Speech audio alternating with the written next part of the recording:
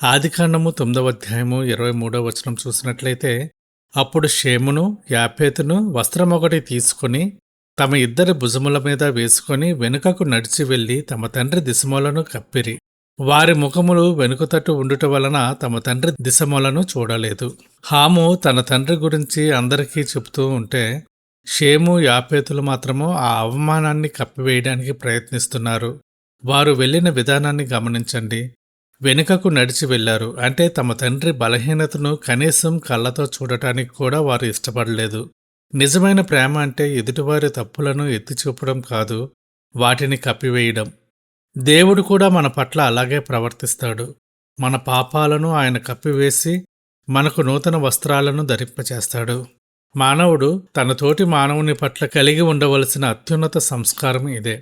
ఒక యజమాని కాని ఒక తండ్రి కాని పొరపాటు చేసినప్పుడు వారిని అవమానపరిచే హక్కు మనకు లేదు. వారిని గౌరవప్రదంగా నిలబెట్టడం మన బాధ్యత. షేము యాపేతులు ఆ బాధ్యతను నెరవేర్చారు. వారి మనసులో తండ్రి పట్ల ఉన్న భక్తి వారిని వెనుకకు నడిపించింది. నోవహు మేల్కొన్న తర్వాత జరిగిన పరిణామాలను చూసినట్లయితే, మన ప్రవర్తన కేవలం మనకే కాదు, మన తరతరాలకు ఎలా సంక్రమిస్తాయో ఇక్కడ అర్థమవుతుంది.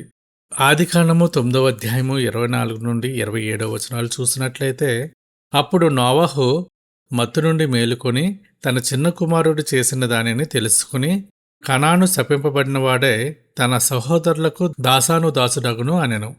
మరియు అతడు, షేము దేవుడైన యెహోవా స్తుతింపబడునుగాక, కనాను అతనికి దాసుడగును. దేవుడు యాపేతును విశాలపరచును, అతడు షేము గుడారములలో నివసించును, అతనికి కనాను దాసుడగును అనెను. హాము చేసిన పనికి అతని కుమారుడైన కనాను శపింపబడ్డాడు. ఇది చాలా కఠినంగా అనిపించవచ్చు, కానీ దేవుని వాక్యం ఇచ్చే హెచ్చరిక ఇదే. మనం చేసే తప్పులు మన సంతతి మీద ప్రభావం చూపుతాయి. హాము వంశం దాసత్వంలోకి వెళ్ళిపోయింది. అదే సమయంలో తండ్రిని గౌరవించిన షేము వంశం నుండి రక్షకుడైన యేసుక్రీస్తు జన్మించారు. యాపేతు వంశం ప్రపంచమంతటా విస్తరించింది. ఆ జలప్రవాహం గతించిన తరువాత నోవహు 350 ఏండ్లు బ్రతికెను. నోవహు బ్రతికిన దినములన్నీయు 950 ఏండ్లు. అప్పుడతడు మృతి పొందెను.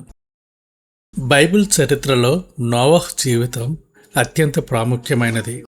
మానవజాతి అంతం కావలసిన చోట దేవుని కృప వల్ల ఒక నూతన ఆరంభానికి నోవహు పునాది అయ్యాడు.